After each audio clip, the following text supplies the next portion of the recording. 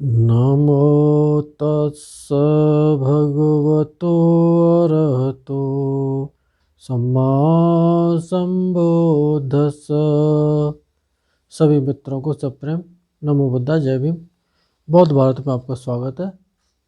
धम्मपदं का 5वां वर्ग शुरू होता है, बाल बग्गो, यानी कि मूर्खों का वर्ग। आइए 60वीं गाथा है। दीघा जागरतो रति दिगं सन्तस्य योजनं दिघो बालानं संसारे सद्धम्मं अभिजानतं। अर्थ होता है, जागने वाले की रात लंबी होती है, थके हुए का योजन लंबा हो जाता है। सद्धर्म को न जानने वाले मूर्ख व्यक्तियों के लिए संसार चक्र लंबा हो जाता है, आवागमन लंबा हो जाता है। ये गाथा जब भंते जी जब ध्यान कराते थे, तब बीच बीच में जब गाते थे तो मन एकदम सावधान हो जाया करता था। जागने वाले की रात लंबी हो जाती है। जो व्यक्ति कई दिनों से न सोया हो और उसको कह दिया जाए कि एक रात और जागो, तो वो नहीं जाग पाएगा, बार बार उसको नींद सताने लग जाएगी। मनोरंजन करते समय एक रात भी पूरी कोरी आंखों से निकाल सकते हैं, लेकिन अगर कोई मर जाता है तो डेड बॉडी में पूरी रात काटना बहुत मुश्किल हो जाता है। ठीक उसी तरह से इसका अर्थ समझना चाहिए, थके हुए का योजन लंबा हो जाता है। कोई आदमी थक जाए और उससे कहो कि ज़रा 2 किलोमीटर और चल लो, तो वो नहीं चल पाएगा। इसी प्रकार सद्धर्म को न जानने वाले मूर्ख, सद्धर्म का मतलब होता है शील, समाधि और प्रज्ञा। जो व्यक्ति इसे नहीं जानता है, इस पर नहीं चलता है, उसका संसार में आवागमन लंबा हो जाता है।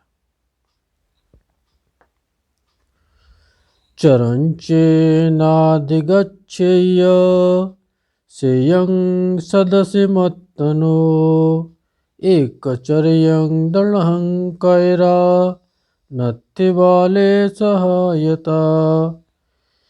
यदि विचरण करते हुए, विचरण करने का मतलब टहलना नहीं, शील समाधि प्रज्ञा में अपने से श्रेष्ठ या अपने सदृश सहचर न मिले तो दृढ़ता के साथ अकेला ही विचरण करे।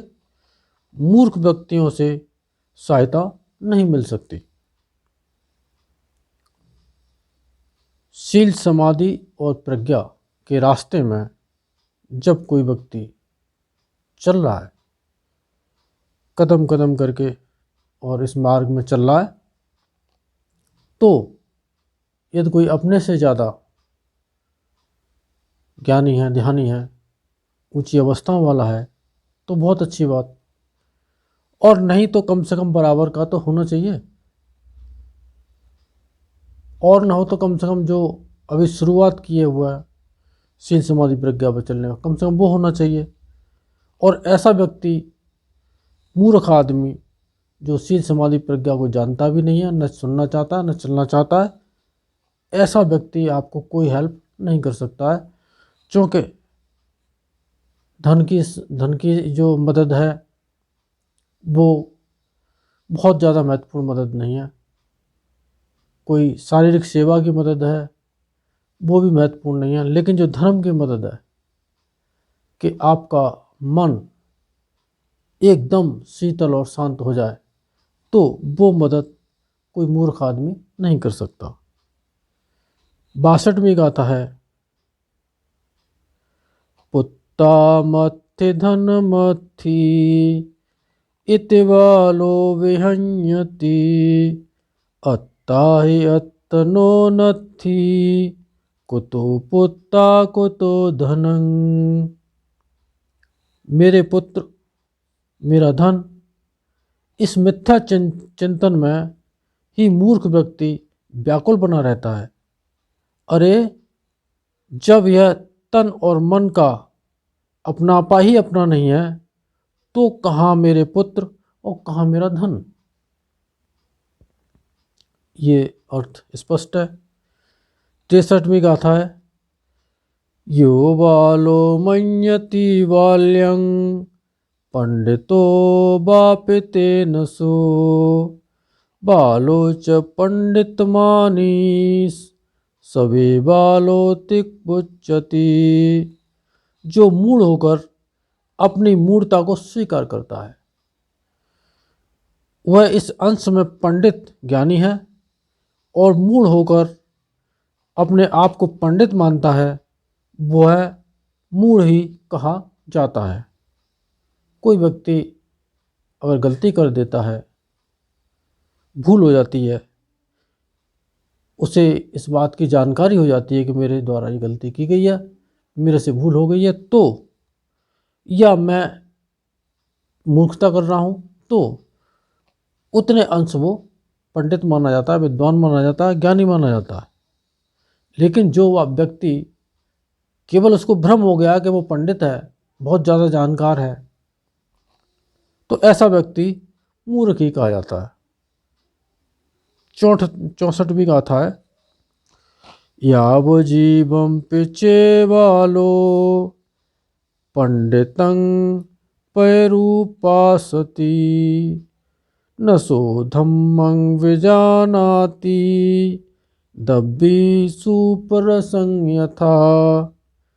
चाहे मूढ़ व्यक्ति यानी कि मूर्ख व्यक्ति जीवन भर पंडितों की सेवा करता रहे, वह धर्म को वैसे ही नहीं जान पाता है जैसे कलछी सूप के रस को। कि कोई जब दाल बनती है तो उसमें चम्मच, करछी, चमचा जो भी होता है, वो शुरू से लेकर अंत तक उसके साथ रहता है, लेकिन उसके स्वाद को नहीं जान सकता। ठीक उसी प्रकार से जो मूर्ख व्यक्ति है, वो कितना ही पंडितों की संगति क्यों न करे, लेकिन वो सद्धर्म को नहीं जान सकता है।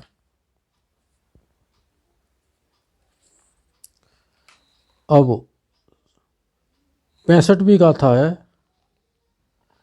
मुहूर्तमपि ते विඤ्ञो पंडितं पैरूपासति क्षिप्तं धम्मं विजानाति जिज्ञासु परसं यथा।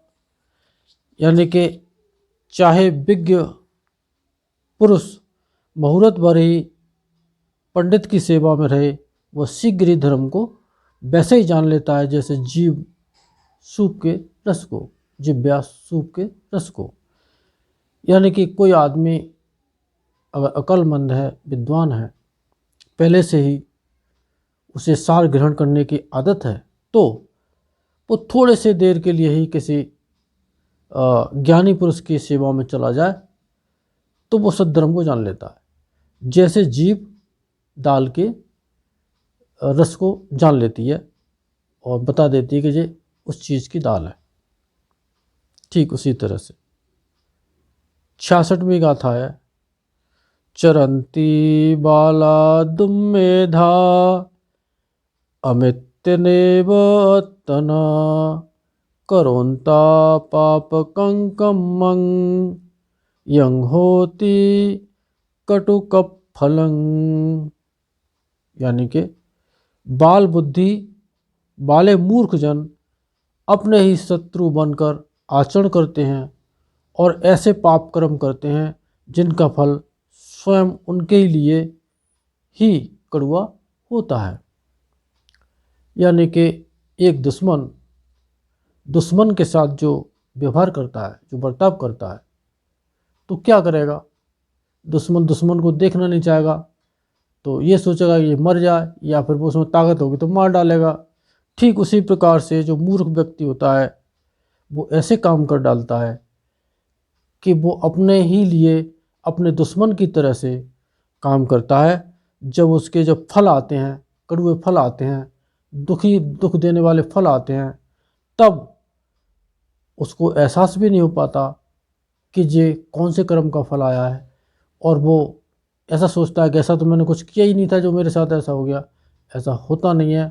प्रकृति का जो कानून है वो वहाँ कोई भेदभाव होता नहीं है, और परिपूर्ण उसका पालन होता है। जैसा कर्म उसका वैसा फल। इन धम्मपद की धम्म गाथाओं के महाप्रताप से आप सबका मंगल हो, भला हो, कल्याण हो, संसार के सारे प्राणी सुखी हों। साधु साधु साधु।